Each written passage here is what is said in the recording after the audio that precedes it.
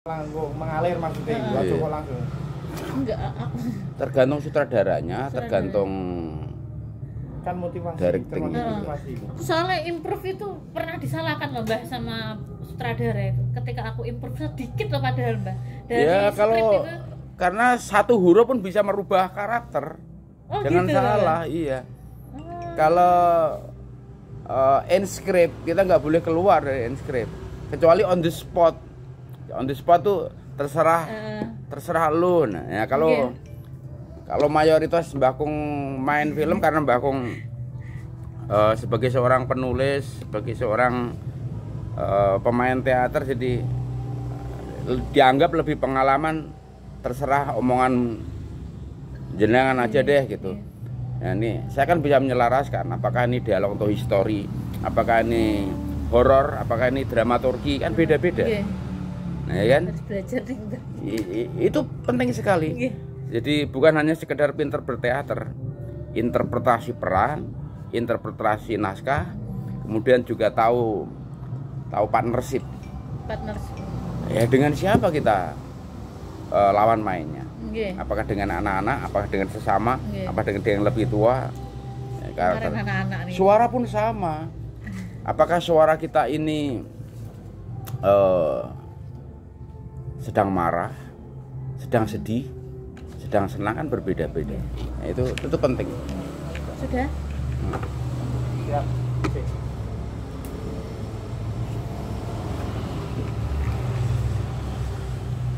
Tak pikir Mas Hendra rawuh. Mas Hendra Cek. Ayo, bisa dimulai ya. nggih. Tuh. Bentar.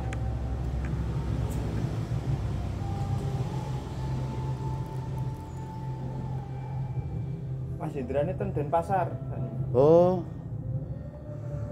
Jadi Mangke kula usul mriko. Soalnya kula dangu niku tasik ten Banyuwangi.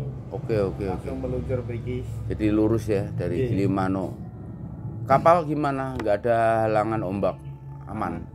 Ferry nyaman nggih. Udah. Nggih. Tuh. Wah, go. Salam rahayu Mbah Kung. Rahayu jeung nggih. Tindak mriki malih.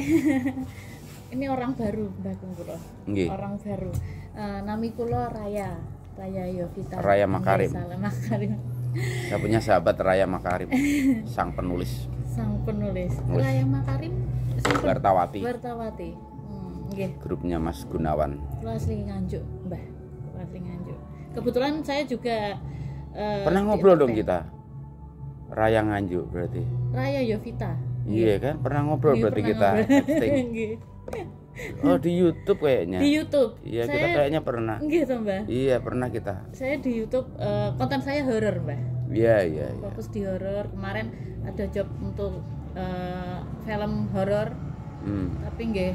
Makanya nanti belajar ke Mbah ini. Oke, Mbah, ini banyak pertanyaan. Ini pun juga dari netizen, Mbah. Pertama, akhir-akhir ini kan banyak orang yang bertengkar karena agama, Mbah. Iya. Ya. Tanggapan jenengan, Mbah, ingkang tiang-tiang sing sering gontok-gontokan tentang agama, ras, budaya niku pripun? Sebetulnya kan mudah, Mbak Raya.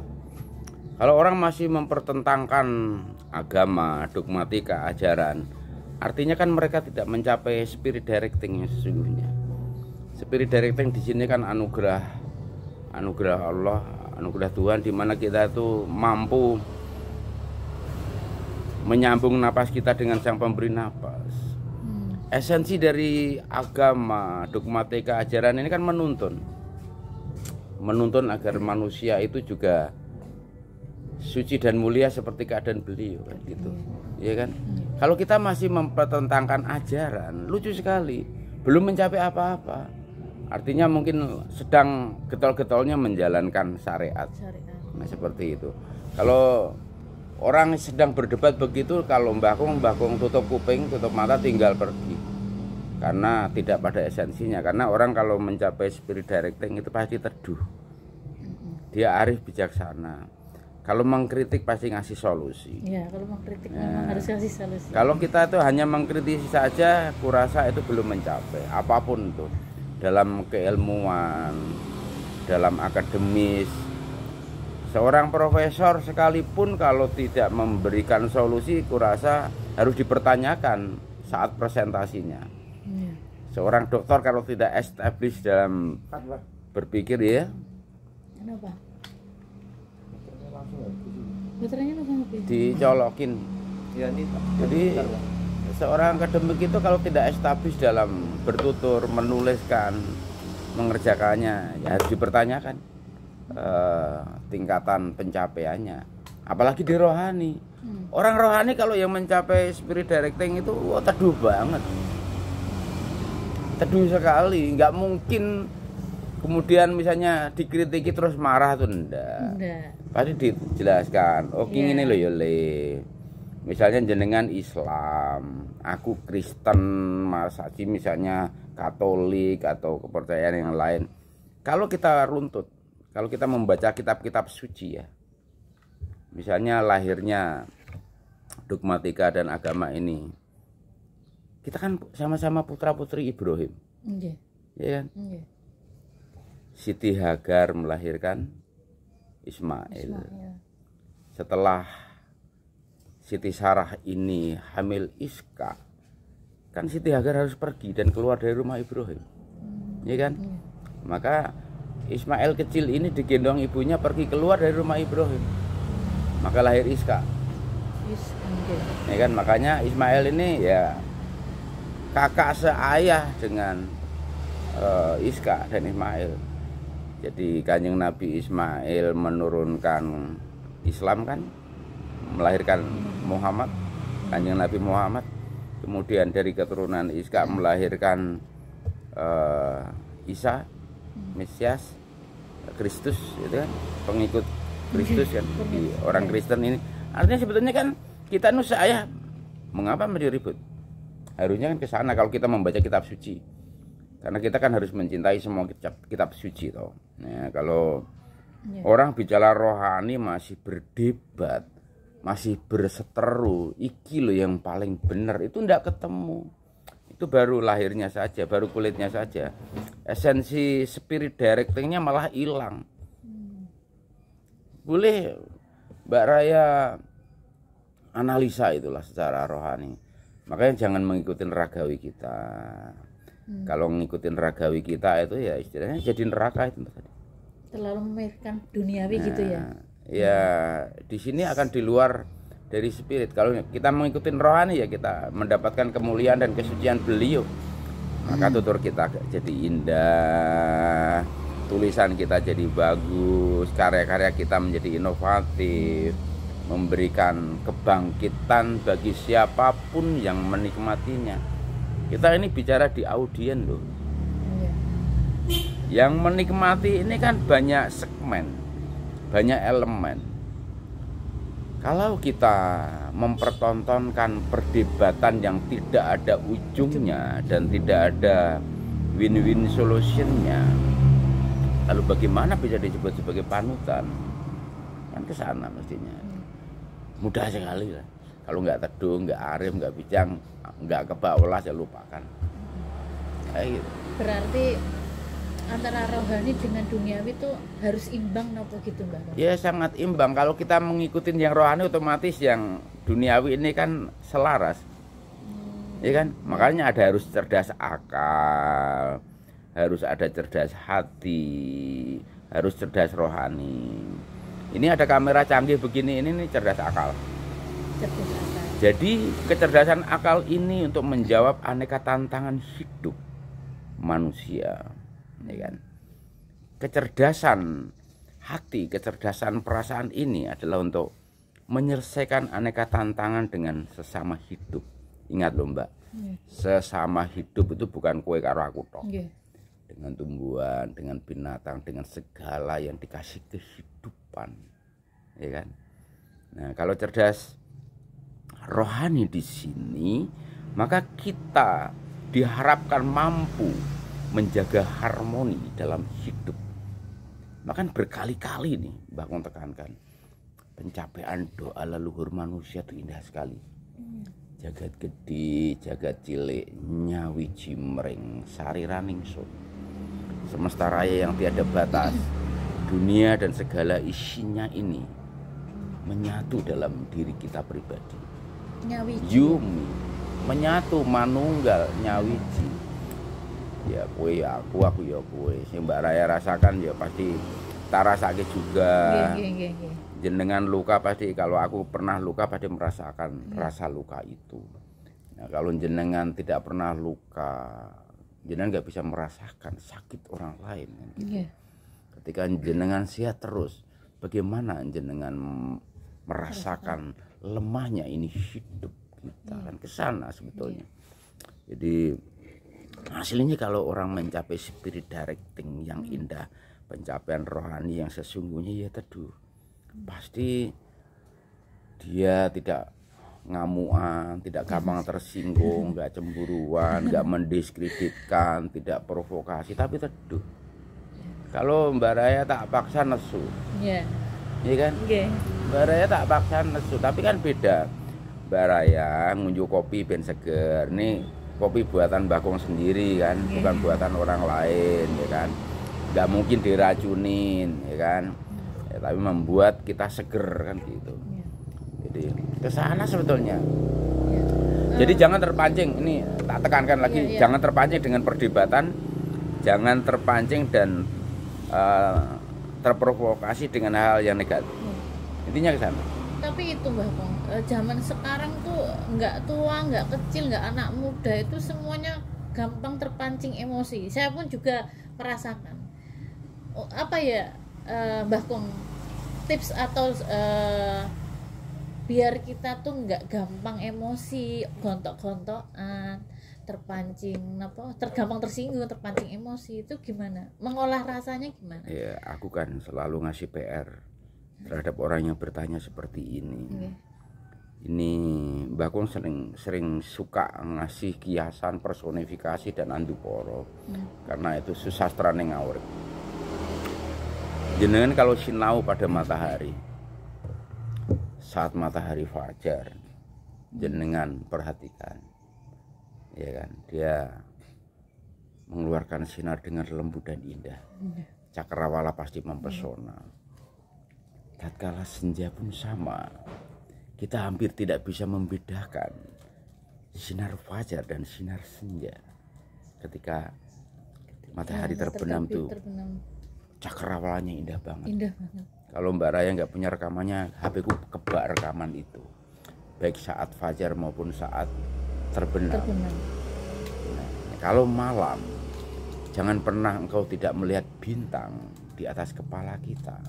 Itu artinya panjang banget, bahwa kita tuh diajak berpikir untuk senantiasa memiliki objektivitas yang tinggi, sinau pada bintang yang bersinar dalam kegelapan. Sinau, ya kan? Ya kalau ada yang petang-petang begitu, masa kita ikut kegelapan? Iya kan? sih. Jenengan bagaimana cara melihat dalam kegelapan? Nggak kelihatan, Mbak. Bukan nggak kelihatan, ada metodenya. Pejamkan mata kita. Pejamkan mata kita dulu, baru jenengan jelas melihat dalam kegelapan. Nah, jenengan bingung gelap terus wah cemumuan golek baterai, golek senter. Jenengan kurang tepat. Tidak salah tapi kurang tepat. Tapi coba pejamkan mata. Hitung aja. 10 hitungan aja. Atau syukur-syukur bisa 1 menit misalnya. Pejamkan mata. Hitung aja. Nanti jenengan buka gitu. Jenengan melihat titik-titik itu. Itulah makanya anak-anak yang tidak dikaruniai penglihatan mampu merasakan, mampu mengerjakan tanpa ketubruk. Iya itu kayak gimana, Mbak Kong? Kayak putraku tuh Yuda Wirajaya itu kalau di kos-kosan, kalau di tempatnya, dia tuh santai aja, mau ngambil laptop, mau ngambil handphone, itu cuek aja, ngambil cas, padahal nggak melihat. Terus fenomena Putri Aryani, ya kan? Iya. Ya, anak-anakku ini kan istilahnya tidak dikaruniai penglihatan. Tapi bagaimana dunia akhirnya melihat mereka dengan karunia beliau kan kelebihannya gitu. Ya. Nah, disinilah sebetulnya kita untuk tidak terpancing, itu kan sudah ada nasihatnya. Ger kowe iki aja gumunan. Raya jangan kagetan, jangan mudah heran. Jangan mudah terpesona oleh hal-hal yang baru, ya kan? Jangan kagetan. Sekarang Mbak Raya tuh megang HP canggih. Digunakan untuk apa? Untuk komunikasi, untuk komunikasi. Saya tanya, seminggu jenengan habis berapa giga memory card? Banyak, Mbah. Enggak, berapa saya tanya? Hampir 10 giga. Sangat sedikit. Ya kan? Berapa ganti memory card setiap minggu? Atau mungkin sebulan atau 2 bulan? 3 bulan, 4 bulan baru. Nah, itu kelamaan. Kalau Mbakku setiap minggu tuh ganti memory card. Oh iya, Mbah. Karena Mbakku berkarya terus. Oh iya. Soalnya kalau nulis kan sedikit Iya, tulisan. Tapi ketika ada momentum-momentum yang penting, Mbakku ngerekam. Baik itu foto, baik itu video. Mungkin ada kumbang jatuh, ada tawon jatuh, ada bunga mekar, atau ada momentum-momentum kecil orang melakukan yang illogical tetapi logik di depan kita, semacam itu. Jadi konsepnya ya jangan gumunan, jangan kagetan, tapi siap menggunakan teknologi canggih yang luar biasa sekarang ini untuk meningkatkan berkreativitas, meningkatkan berkarya.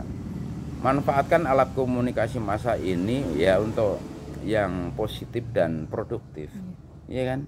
Jenengan praktisi di film horor kasaran gitu, ya gunakan untuk eksperimen, jangan bohongin ya. Harus dibedakan antara kehidupan yang nyata dengan kehidupan movie.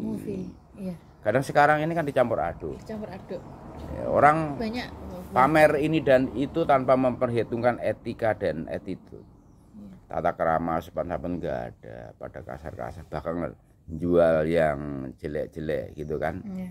Jadi tidak bisa membedakan ini entertain atau ini adalah realitas. Bahkan ada yang bikin kampanye hitam, ya kan? Ya seolah-olah Mbak Raya berantem sama Mas apa semane? Mas Toib. Mas kameramen gitu kan. Seolah-olah diadu padahal nanti minum bareng, makan bareng, malah turu bareng gitu kan. Iya kan, jenengan turu di sofa, jenengan tidur di kamar WC kayak gitu. Mas Hendra di kamar. Asane ini keselarasan hidup ini jarang yang disadari. Nah, untuk proses mencapainya berkali-kali Mbak sarankan. Terapin pernapasan panjang. Yang kembang kempis perut. Jenengan aja belum. Ya kan? Saya pernah, Mbak. Jadi ikuti itu tapi terapin aja terus.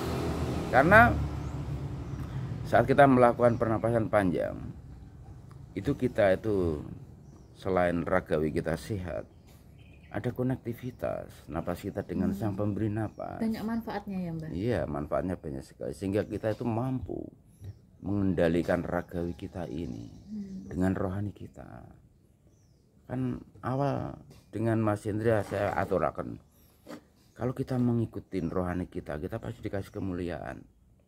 If you follow spirit, you are glory, ya kan? If you follow body, you are crazy. Nah, di sini ini penting sekali. Jangan ngikutin ragawi kita.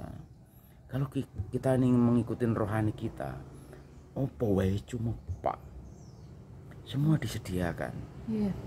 Sungguh kita bekerja juga nyaman. Adalah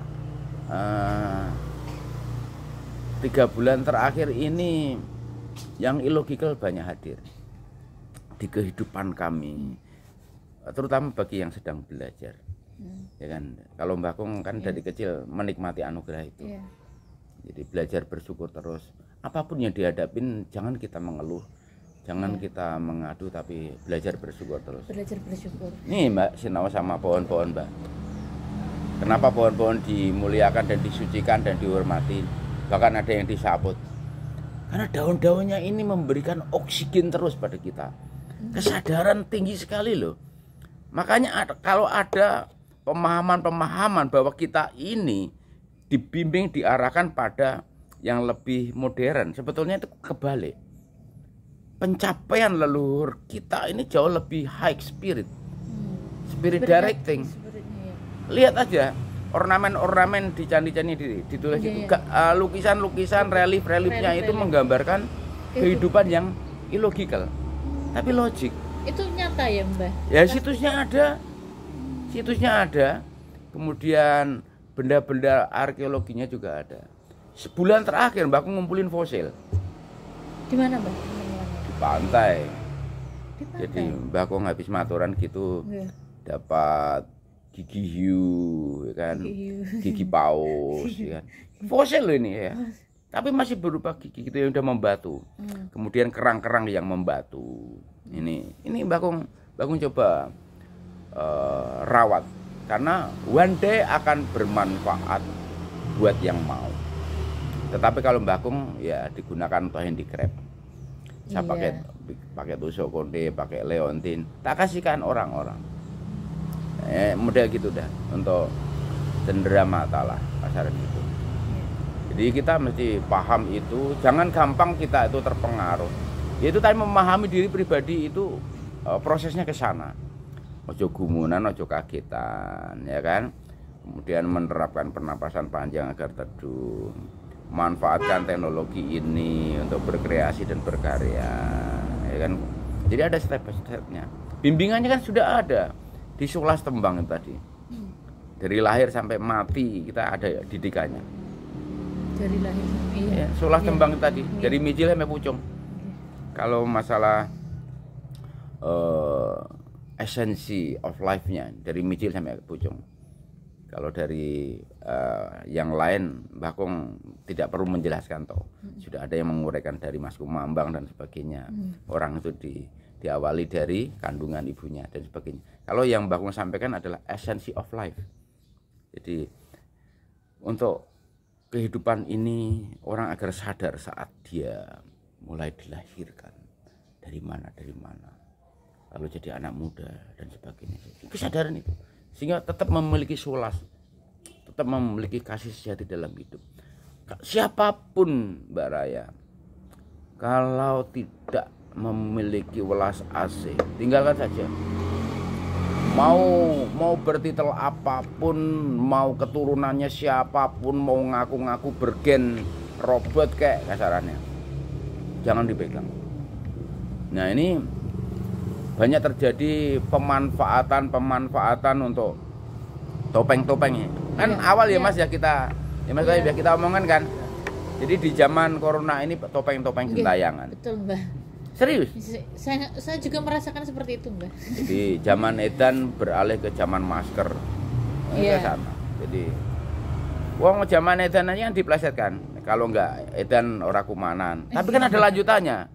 Sabejo bejane wong kang lali isih bejo tumrap kang eling lan waspada, kan kesana.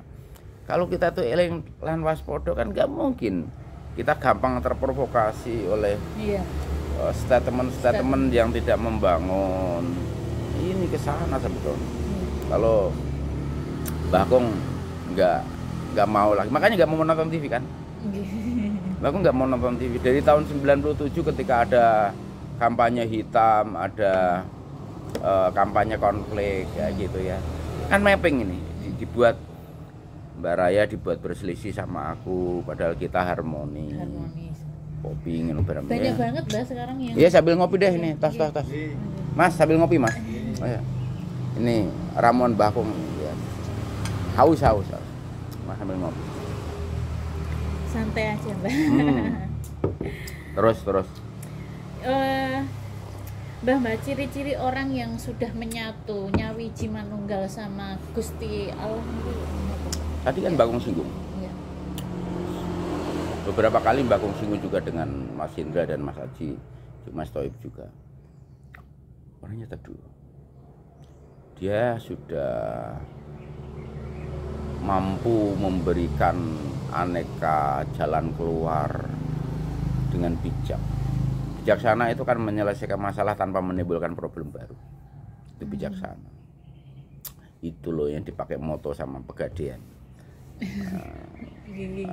Apa itu menyelesaikan masalah tanpa menimbulkan masalah. Nah itu seperti itu salah satunya. Jadi orangnya itu pasti teduh, nggak gampang terbakar emosinya, membimbing yang tidak weruh, ngayomin. Ya kuncinya di welas asih sih. Orang itu pasti kebak welas asih. Jenengan itu kalau kebak welas asih nggak akan tegel, walaupun jenengan dimusuhin koncone, jenengan tidak akan membalas. Tidak akan membalas, tetapi akan tetap memberikan makanan dan minuman pada musuhmu. Iya. Ya, Seperti gitu. itu, Mbak. Ya kesanalah kita. Jadi jangan kita silau dengan pakaian. Jangan kita ini terpesona atau gumunan dengan jabatan, kedudukan, kewenangan, bahkan kepemilikan. Ya, di esok ini pas aku ngajar online ini bicara, ya tanya kepemilikan. Kalau mbakku ngomong, ya aku ra ndek apa-apa, aku ra ndek apa-apa, just myself, ya kan. Ya, aku ra ndek apa-apa, aku ra ndek sapa-sapa, just myself. Nah, gitu. Jangan mikirin depan, belakang, kiri, kanan, atas, bawah, tapi mari kita menjadi pribadi sejati yang weruh sarira lan weruh ing panuju. Itu terutama ajaran itu. Loro padha karo solas padha karo loro, ini utama. Weruh sariraning pribadi lan weruh ing panuju, itu kuncinya. Itu kalau orang yang sudah mencapai weruh sarira lan weruh ing panuju, maka uripe kebak sewelas, maka dia akan mengutamakan hal-hal yang harmoni itu tadi. Menjaga harmonisasi dalam apapun yang dituliskan, yang diucapkan, yang dilakukan. Ada tanaman layu aja pasti disiramin, tanaman segar semua ya karena disiram. Tapi itu sulit ya, Mbak. Ya memang sebetulnya tidak sulit, namun tidak mudah menjalankannya. Oke? Iya. Semua itu tidak sulit, Mbak Raya. Semua tidak sulit, namun tidak mudah menjalankannya. Sekarang jenengan unjal ambekan. Saya tekankan, berapa kali Mbak Raya berterima kasih pada oksigen. Itu durung malah. Belum. Nah, ini di situ, ya kan? Sepele kan? Ya itu sepele tapi tidak sulit kan? Tidak pernah cuma tidak mudah menyadari, menjalankannya. Iya, tidak pernah menyadari. Kan ke sana. Sekarang kita mulai berterima kasih pada oksigen. Terima kasih pada daun-daun. Sampai dia runtuh kering, dia pun jadi pupuk. Makanya pohon-pohonnya kita rawat, kita siramin, kita jaga. Tapi yang tidak ngerti kan ditebangin, dibabati, diobongin. Ini bentuk dari ketidaktahuan dan tidak sadar akan peri kehidupan itu. Inilah sebetulnya yang Mbah Kung prihatinkan selama ini. Kita ini lost human. Kita ini people saja. Jarang yang jadi human atau yang jadi pribadi sejati. Kehilangan humanity, kehilangan kemanusiaan.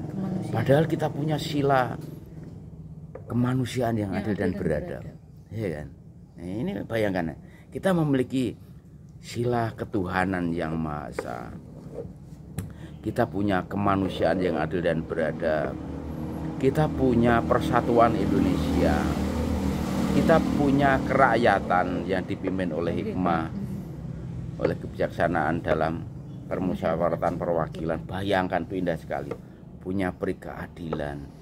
Tinggal menerapkan sebagai sumber dari segala sumber hukum, selesai. Jadi aturan apapun itu sebetulnya harus berkiblat pada sumber dari segala sumber hukum ini.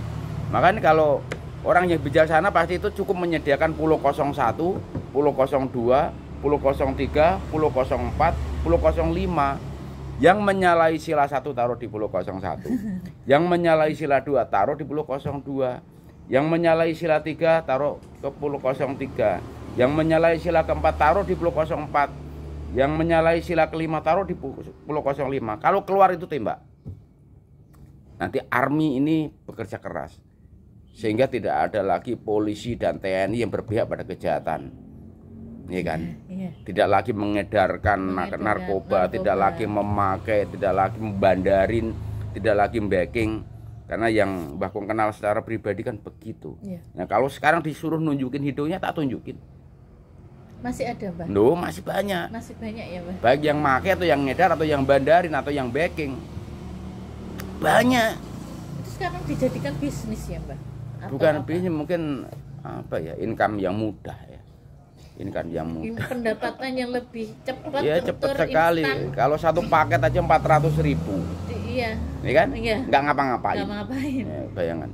Satu pil 200.000. Impactnya, Mbah, impact dan efek. Impactnya ya rusak gue. Karena nggak bisa berpikir jernih lagi, hatimu keruh lagi, hidup dalam delusi, hidup dalam halusinasi. Kalau hidup dalam imajinasi saja nih bisa jadi karya toh. Jenengan nulis horor, bahkan nulis dramaturgi, maksudnya bikin drama romantik, Korea. ya. Drama romantik kan. Lu drama Korea itu bagus karena analisa kehidupan. Iya. Harus kita hormati juga, Iya. karena itu bagian dari kehidupan untuk menyelesaikan problem sesama hidup kan perlu hiburan, model kayak gitu. Jadi jangan dinilai negatif, tapi ambil positif. Maka indah. Mbah, jenengan sudah perso atau sempat mendengarkan masalah yang sekarang ini lagi gencar-gencarnya Panji Gumilang Al Zaitun itu gimana, Mbah, tanggapan jenengan? Wah, Denger itu? kalau beliau kan punya visi dan misi sendiri ya. Iya. Ya kalau Mbahku nggak mau berstatement karena apa yang disampaikan itu juga tidak keliru karena dia melalui. Yang disampaikan beliau itu kan beliau lalui. Gimana, Mbah? Ya dia lalui, dia jalanin gitu kan. Dan masuk Al Zaitun kan tidak murah. Ponakan saya masuk Al Zaitun tuh nyumbang sapi seharga 17 juta. Ini satu orang. Ini ponakan saya sendiri ya, bukan orang lain ya. Iya. Artinya kan di sini ada investasi besar. Artinya jadi setiap santri yang masuk di sana kebanyakan orang-orang the have. Dipergunakan untuk apa, Mbah, seperti itu? Ya untuk membangun seperti sekarang ini. Kan dia kan punya investasi besar menyediakan pondokan itu. Ya, untuk komunikasi, untuk konsumsi di sana, untuk perawatan di sana. Kalau aku suruh ngomentarin begitu itu sebetulnya pantang ya. Karena sensitif ya, Mbah? Karena bukan masalah sensitifnya, kan nggak elok. Wong aku melarang orang menjelek-jelekan orang, aku ngomongin orang kan nggak boleh. Sih. Lebih baik bagaimana kita menjadi pribadi sejati itu lebih tertarik saya. Bagaimana sih jenengan menjadi seorang artis yang bagus? Tak didik lah. Iya. Jenengan cukup 40 jam sama saya. Tak kasih blocking area, moving blocking, interpretasi peran, interpretasi naskah. Lah, terus itu yang belum saya kuasain, Mbah. Mungkin sedikit masalah sinematografi, sedikit masalah fotografi. Coba kalau Mas Thoib tidak menguasai garis imajiner, gambarnya hancur pasti. Ya kan? Nanti yang ngedit remuk. Ya enggak, Mas? Kan kita kan harus tahu sinematografi, tahu fotografi, tahu komposisi, tahu lighting, tahu bagaimana kita ini berdialog. Enggak mungkin dong saya melarang jenengan bicara, namanya dialog. Ya kan, kalau jenengan mau ngendikan ya monggo silahkan sampaikan. Tapi ketika Mbah Kung bertutur, nggak mungkin kan jenengan potong kalau belum selesai. Kalau jenengan memotong pembicaraan seseorang, jenengan nggak tahu masalah ilmu komunikasi massa dong. Ya kan, etika, adab, attitude, tata krama. Jenengan itu sengetop-ngetopnya kalau nggak punya etika, nggak punya attitude di dalam menyampaikan, dalam bergaul, dalam komunikasi massa, hancur sudah.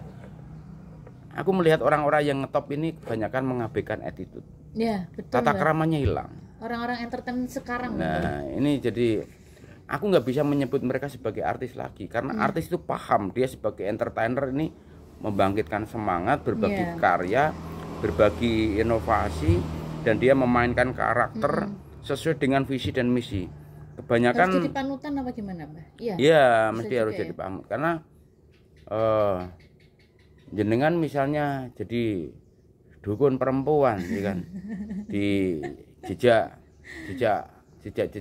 spiritual gitu kan, jenengan terus pelaku di lorong-lorong seolah-olah ketemu ini itu kan jenengan bohong, halu itu, Mbak. Ini bohong sekali. Jenengan jangan bicara masalah rohani sama saya kalau seperti itu, karena kehidupan rohani nggak seperti itu. Iya, Mbak, iya. Iya kan? Iya. Ya, ada sesuatu lah yang tidak akan saya sampaikan dalam rekaman ini. Ya kan? Saya mungkin membisikkan kenapa saya berani berbicara seperti itu. Saya nggak mau pamer, nggak mau jatuh dalam kesombongan. Saya ingin kita tetap rendah hati menyampaikan stok nyolid itu sesuai yang diperlukan audien, kan gitu. Ya kan? Hati-hati sekali. Misalnya dikasih dakwah ABCD, nggak berani Mbahku menyampaikan. Karena itu nggak boleh kalau dalam kejawen itu. Dalam ilmu Jawa itu aja mbok pamerke nggar. Yen kuwi duwe dawuh, mendapatkan wangsit, mendapatkan pawisik, catet wae nggar. Tulis wae. Makanya orang-orang Jawa itu punya banyak kitab, punya banyak serat. Nulis pun tidak ditulis verbal, diuraikan dalam tembang. Ya. Mingkar mingku rengang koro ya kan? Akarono karena mardi siwi. Coba cari artinya itu dalam banget, sejenis kinanti gitu Bang. Nah jenengan tadi udah tak bahas masalah 11 kidung. Kinanti itu kan bagian dari 11 itu tadi. Jadi nanti dari sini PR-nya untuk Mbak Raya harus mengupas 11 kidung, 11 tembang. Apa yang sudah nanti Mbak Raya pelajari nanti forward ke Mbah Kung. Nanti kita bahas dikit-dikit. Karena kalau enggak itu nanti eman-eman. Jenengan bisa getok tular terhadap adik-adik, ponakan, student dan siapapun. Jangan sampai kita nggak tahu. Nah, aku ngomong tembang, jenengan ngomong masalah kinanti. Karena kinanti itu kan kebersamaan. Jenengan runtung-runtung sama Mas Toib ini kan kinanti. Iya kan? Dulu pernah diajarkan. Nah, jenengan belum bersuami, nanti kalau runtang-runtung sama Mas Toib jumbuh katresnan. Napa niku, Mbah? Tumbuhlah asmara dahana. Berarti enten witing tresna jarana saka kulino berarti. Sama kalau nglibet ya kan mau. Jadi orang itu kalau sering bersama-sama akan tumbuh katresnan itu tadi. Iya kan? Oh gitu. Iya kan? Iya kayak gitu. Cut ya? Cut dulu ya. Apanya? Cut dulu. Jadi kalau jenengan sering kinanti, sering bersama-sama itu tumbuh asmara dana. Kinanti itu artinya kebersamaan. Iya, selalu bersama-sama. Saat jenengan ingin meraih cita-cita, ini kan ingin meraih cita-cita, ingin membuat suatu karya, maka bersama-sama. Kalau laki-laki sama perempuan ini bersahabat, akhirnya jadi pasangan hidup, itulah asmara dana. Kalau antar lelaki di sini jadilah sahabat, kan gitu. Asmara dana, Mbak. Asmara dana itu filosofinya gimana tuh, Mbak? Ya tumbuh rasa hati, ingin memiliki, ingin bersama, ya kan kayak gitu. Tumbuh romantika di sini. Nah, asmara dana ini sebetulnya ya cinta sejati kalau asmara dana, karena tumbuh dari kedalaman jiwamu. Ada satu visi dan misi, tumbuh ketulusan, tumbuh keikhlasan, tumbuh legowo, menerima kekurangan, menerima keburukan, ya kan kayak gitu. Makanya bermula dari kinanti ini. Kalau kamu menolak keburukannya Mas Toyib, kejelekan Mas Toyib, ya ora iso tumbuh asmara dana. Ah kamu tuh apa tuh ngentut terus ya kayak gitu. Ya kayak gitu. Wah kamu ini apa makan aku terus yang traktir, kasarnya gitu. Dilema. Tetapi kalau tumbuh asmara dana ini akan menghadapi dilema bersama-sama, dicarikan solusinya, tidak saling menyudutkan. Makanya jumbuh katresnan itu tadi. Ya. Mbah, sekarang kan banyak kayak nggak entertain artis-artis yang cerai atau di sekarang aja anak-anak muda sekarang baru nikah 2 tahun 3 tahun udah cerai. Itu penyebabnya kan ada Mbak ekonomi. Tapi di samping itu apa sih Mbak? Selain itu tadi. Jangan udah menikah belum? Dereng. Kesok lamaran nih Mas Toyib. Jadi kan yang ketiga atau keempat? Iya, kan ngomong. Karena Mbak Raya kan Islam ya. Ya udah dihalalin tuh yang keempat ya. Siap, gitu. Jadi pribon Mbak. Itu kan persoalan rasa hidup itu tadi. Kalau namanya orang tidak siap menghadapi konflik, maka dalam kekurangan itu dijadikan bencana. Iya kan? Mestinya kan tidak. Mestinya ngomong baik-baik aja, nggak usah seperti itu. Kalau jenengan menghadapin kelaparan ya dicarikan solusinya. Nggak bisa ini dan itu ya, itulah mungkin perjalanan yang harus dilalui. Apa-apa nih harus bubar itu sebetulnya nggak kena itu. Tapi kalau yang satu sabar, yang satu tidak sabar ya sama aja. Makanya disebut asmara dana itu, kinanti itu tadi harus ada kebersamaan itu, ya kan? Ya kalau jenengan mau balik omah ora iso menerima pasangan hidupnya, ya pasti bubar. Iya, sampai sekarang itu masih banyak kekurangan orang itu yang belum saya bisa terima loh. Apa itu salah satunya ya Mbah ya? Ya jenengan nggak mungkin kan pengen hidup sengsara ya kan? Karena kalau anak-anak laki saya, anak-anak yang ngobrol sama saya kalau mau menikah atau perempuan juga sekarang kan nggak ada bedanya. Yang membedakan laki-laki dan perempuan cuma kelaminnya aja ya kan. Iya. Jadi kalau kalian tuh siap menikah itu harus punya 3 kunci kan. Iya Mbah. Iya kan. Apa saja Mbah? Ya. Kunci rumah, kunci mobil, kunci berangkas, ya kan? Biar nggak kekurangan. Iya. Karena kalau kekurangan pasangan kita ngamuk. Mas tuh mulai orang gua duit diamuk. Iya Mbak. Ya kan, kayak gitu. Jadi ya gitu. Jadi harus nanti Mbak Raya kalau mau menikah harus punya rumah dulu. Harus. Nggak boleh kos, nggak boleh kontrak. Ini dilema karena kos dan kontrak itu tetap bayar. Harus punya rumah, harus punya kendaraan, harus punya simpanan yang menjamin untuk kebersamaan hidup. Makanya saya pernah usulkan itu di masa-masa tahun 2009. Saya usulkan bahwa di NKRI ini karena punya pasal 33 dan 34, bahwa kekayaan negara ini digunakan untuk menjamin kesejahteraan rakyat. Mudah kok, tiap kakak kasih deposit 3 miliar, ya kan? Tiap kakak. Yang miskin, yang belum punya 3 miliar itu ditambahin. Artinya kan dihitung. Kalau tahun 2009 Mbak Kong hitung setiap kakak itu ada 4 orang lah rata-rata gitu kan.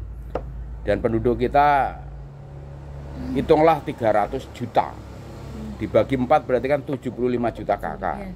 Kalau kali 3 miliar 525 triliun. Itu untuk jaminan selama-lamanya. Uang deposit masih dikuasai negara. Ya, tiap kakak hanya bisa mengambil bunganya saja. Yang dioperasionalkan itu tiap kakak itu rata-rata tiap bulan itu saya hitung saat itu 12 juta tiap bulannya, ya kan. Berarti punya safety 18 juta. Yang 15 juta bisa ditabungkan, yang 3 juta bisa untuk emergensi. Nah, kayak kesan. Jadi hitungan Bakong dengan ahli ekonomi Bojonegoro saat itu. Karena aku ngitungnya di sana di Bojonegoro saat itu. Jadi habis sowan dari Kayangan Api terus ke Kayangan Angin terus di tempat ketua koperasi sana menghitung lah itu untuk kesejahteraan NKRI. Karena kekayaan kita ini kalau di sensus itu melebihi kebutuhan selama-lamanya gitu loh. Nah, ini jangan menghitung yang lain-lain, tapi ini untuk progress plan. Berarti untuk 40 tahun ke depan atau 100 tahun ke depan bahkan itu selamanya gitu. Negara kita ini tetap menguasai kekayaan, rakyatnya tidak bingung setiap hari cari makan. Mbak Raya, Mas Toye saben hari cari makan. Masih kerja kreatif seperti ini. Bayangkan coba. Kerja kreatif aja masih di sodok kiri, sodok kanan. Kalau berkembang dijegal, kalau maju direcokin. Baru lagi baru dapat honor sedikit aja direcokin. Honornya belum cair aja disuruh ngitung. Nah, ya kan? Lah bagaimana kita belum mendapatkan apa-apa suruh ngitung. Kita ini jujur tapi malah didiskreditkan, di assassination malah. Nah, jadi kita jangan ragu-ragu untuk tetap baik, benar, tepat, bijaksana, menehi kebak welas. Kan di sana rahasianya itu, Mas. Jadi baik saja tidak cukup. Baik harus diimbangi dengan benar. Baik, benar, tepat, bijaksana, kebak welas, ijek dituntut menein, nek perlu dipateni ya. Tapi zaman sekarang untuk welas asih sudah enggak kayak dulu. Ya jangan nyalai zaman. Makanya inilah proses kebangkitan spirit directing dari diri kita. Kalau jenengan menilai orang-orang Mbah Kong kurang sepaham. Karena pencapaian masing-masing itu berbeda. Mulailah dari Mbak Raya, mulai dari Mbah Kong, mulai dari Mas Thoyib, mulai dari Mas Indra, mulai dari Ngaji Roso, ya kan? Tapi yang baik-baik, jangan yang jelek-jelek aja di-share. Wah, ini bulan depan ada gempa. Oh, nah ini itu ya tidak boleh. Tidak boleh itu. Kalau orang mencapai spirit directing, meramalkan sesuatu, itu diserat. Dijadikan anduporo. Sekarang media kan banyak dibuatkan, dijadikan susastra. Wola wali ing jaman, yen ning Jawa iki wis kalungan wesi, kan? Engko ana wesi mabur, ya model gitu kan. Jadi wong wedok ilang keperawanannya, wong lanang ilang kesuciannya. Banyak wong wedok duwe anak ora duwe bojo, nah kayak gitu. Banyak anak lain goleki pakane. Itu realita, Mas. Banyak banget toh. Enggak, artinya ini kan kita mencari kesalahan. Lalu bagaimana kita ini berinovasi kreatif tanpa mencari kesalahan, tanpa mengutek-ngutek keburukan, tapi yang kita pikirkan jangan ya sekarang. Ini 20 tahun ke depan, 40 tahun ke depan, 100 tahun ke depan. Progress plan. Dari pijakannya dari diri pribadi kita, bukan dari orang lain, nggak bisa. Masa saya maksain Mas Thoyib takon mangan gedang, oh dene ora gelem gedang, nek telo gelem. Jadi tidak boleh kita itu memaksakan kehendak, nggak boleh berprasangka buruk, karena memaksakan kehendak dan prasangka buruk ini sumber penyakit manusia.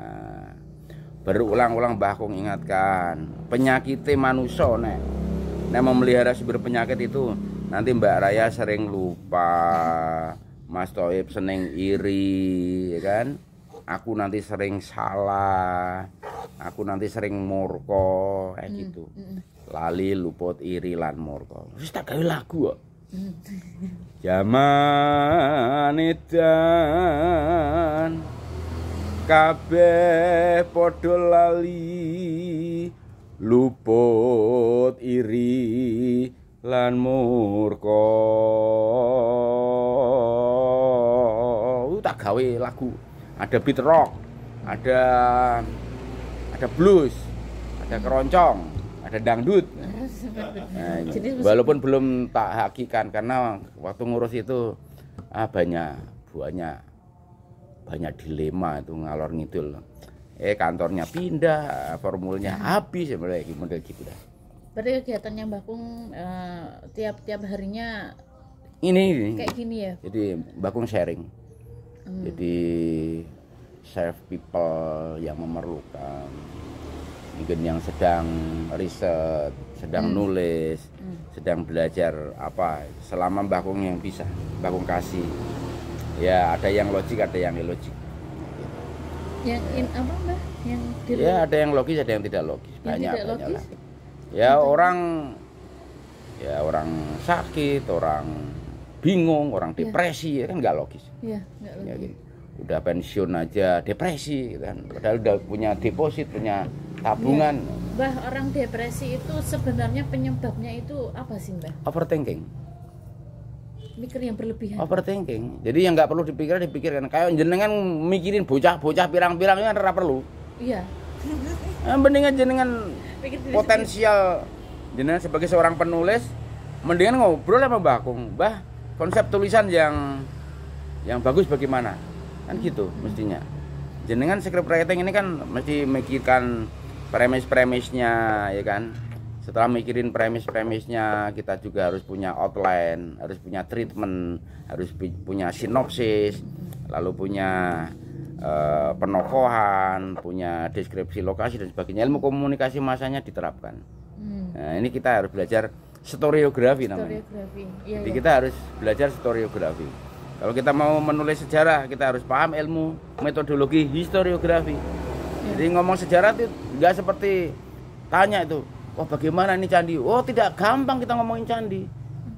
Ini kita bicara candi Prambanan aja kita harus cari candi-candi mana yang dibangun sejaman. Padahal sudah ada situsnya. Jadi di arkeologi inilah kerja kerasnya minta ampun. Makanya bata-bata yang di Kayangan Api, perso jenengan. Itu masa-masa Singosari. Kenapa? Batu batanya itu memang sejaman dan sekarbon dengan candi-candi di Singosari. Kayak gitu, Candi Jago, ya kan. Candi Ken Dedes. Perso kan jenengan. Nggih, perso. Nah, itu tuh batu batanya sama gitu. Ukurannya, bahannya itu serupa. Kemudian Mbah Kung kemarin menemukan Prabulaya sama Darbalaya itu sama para sepuh di Padang Bulia. Ini batu-batu batanya itu zaman-zaman Singosari. Padahal di Bali loh. Padahal di Bali ya? Iya. Di Padang Bulia sana Taman Sari. Jadi bawah git-git sana. Nah, kemarin dimodali sama Kementerian Agama malah dirusak. Dirusak? Lantai-lantainya didongkelin. Waduh. Wah. Ini bukan pelestarian, ini pengerusakan menurut saya. Terus tak bilang, jangan dicongkelin dong, dirawat. Kalau biar utuh, di make up aja pakai filter atau pakai resin sehingga kelihatan masih aslinya. Yang luka-luka bisa tertutup. Orinya hilang berarti, Mbak? Hilang, diganti ubin zaman sekarang. Wah, sedih Mbak Kung. Mbak Kung nggak bisa ngomong. Ketika Mbak Kung prihatin dan nangis di situ, kuasi pelangi saya. Oh, aneh kan? Nah, berarti direstui keprihatinan Mbak Kung. Di Darbalaya dan Prabelaya itu muncul nih ring pelangi matahari corona itu. Corona, ya, Mbak. Ring pelangi matahari bagus sekali. Dan lama loh. Dari jam 5:30 sampai jam 5:30. Lama ya, Mbak ya? Lama sekali padahal biasanya kayak awal-awal muncul program corona. Itu dari jam 7:30 pagi sampai jam 4 sore. Aku punya rekamannya. Ada ya, Mbak ya? Punya rekamannya. Yang Mbak Kung sampaikan tuh Mbak Kung lalui. Terus di pertengahan corona juga ada juga baik malam maupun siang. Ring pelangi matahari itu siangnya, malamnya ada rembulan kalangan perso. Rembulan kalangan? Itu pelangi bulan. Ring pelangi bulan itu. Itu muncul juga. Kayak cincin Itu kayak gitu. Gerhana cincin. Ada kalangannya tuh, lingkaran tahu. bulan itu. Nah, itu 2 hari berturut-turut. 2 malam berturut-turut kayak gitu. Ada rekaman. Mbak Kung selalu rekaman. Makanya memoriku itu cepat habis. Iya. Kadang-kadang sampai nggak bisa operasional karena telat. Kalau sekarang saya upayakan untuk tidak telat. Pokoknya begitu full saya ganti buruan. Mbak, memang kalau candi itu batu batanya tuh setiap kerajaan itu beda, Mbak? Berbeda. Jadi masing-masing zaman itu beda bahannya. Kan ada yang batu bata merah. Oh iya. Ada yang batu andesit. Terus ada yang batu hitam. Terus yang ada yang paras. Yang di Bali itu ciri khasnya punya paras, pakai paras. Jadi beda-beda. Jadi masing-masing bangunan itu beda-beda. Tergantung masa, zaman, dan jam memimpin. Masa pemerintahannya ya, Mbak. Kami itu riset di Jolotundo, perso toh? Iya, perso. Nah, itu kan top sekali. Bagus, Mbak. Saya tidak bisa menjawab apakah itu masa Airlangga atau masa Udayana atau masa lain. Tapi kabarnya itu kan sejarahnya Udayana ya, Mbak ya? Belum bisa menentukan sejarawan. Arkeolog pun kesulitan. Oh. Karena yang dilukiskan di sana ini kan kayak Garuda Matreo dan sebagainya itu ada. Terus ada gambar naga macam-macam. Ini iya, Mbak. Jauh sekali gitu. Dan aku dalam kehidupan menemukan ular naga kecil itu cuma di Galunggung. Di Galunggung. Nah, di sana tuh ada disebut ular tanduk. Jadi ular bertanduk kayak naga, iya. Itu pun dalam keadaan sudah dibawa oleh pengasong atau tukang sampah, itu udah mati. Saat itu tak beli sebetulnya. Tapi udah mati, tapi tak rawat juga saat itu. Itu di lereng Galunggung. Jadi banyak. Memang ada gitu. Nah, itu sudah dilukiskan di relief candi, bayangkan coba. Artinya ini kan sangat jauh. Kemudian ada menhir yang disebut batu sangyang, ini belum dipublikasikan. Iya. Kemarin tak usulkan ke Mas Jojo, Mas Dede Yusuf itu agar dirawat itu, karena di sisi ditemukannya prasasti Geger Hanjuang. Nah, di sini baru ditemukan ya, Mbak? sudah tahun ya. 95. 95. Itu di tahun 1111 itu kerajaan Batarut. Nah, batu Sangyang ini sebelum itu, karena Menhir ini masih batu tuh. Tapi ya nggak tersentuh gitu, nggak terawat gitu. Dibiarkan aja di kebun orang. Tetapi kalau yang prasasti Gegeranjuang sudah dibuatkan situsnya, udah disengker, udah dipagarin dengan indah, menjadi tempat wisata situs yang cukup baik. Kemudian ditemukan kronologinya juga sudah diterjemahkan, aslinya juga ditempelkan, cukup baik lah. Jadi ke sana, ya mudah-mudahan kita juga bisa meniru, melahirkan aneka karya Adiluhung itu. Ini sebetulnya menjadi pemikiran Bagong, sehingga orang itu lahir sebagai pribadi-pribadi sejati yang mampu berinovasi kreatif, tidak sibuk mengolok-olok orang. Ada orang A yang ngomentari 1000, Mbak Raya ke Bali yang ngomentari 100. Oh, nginep di tempatnya Mbah Gong, pulang nanti berlima, ya kan?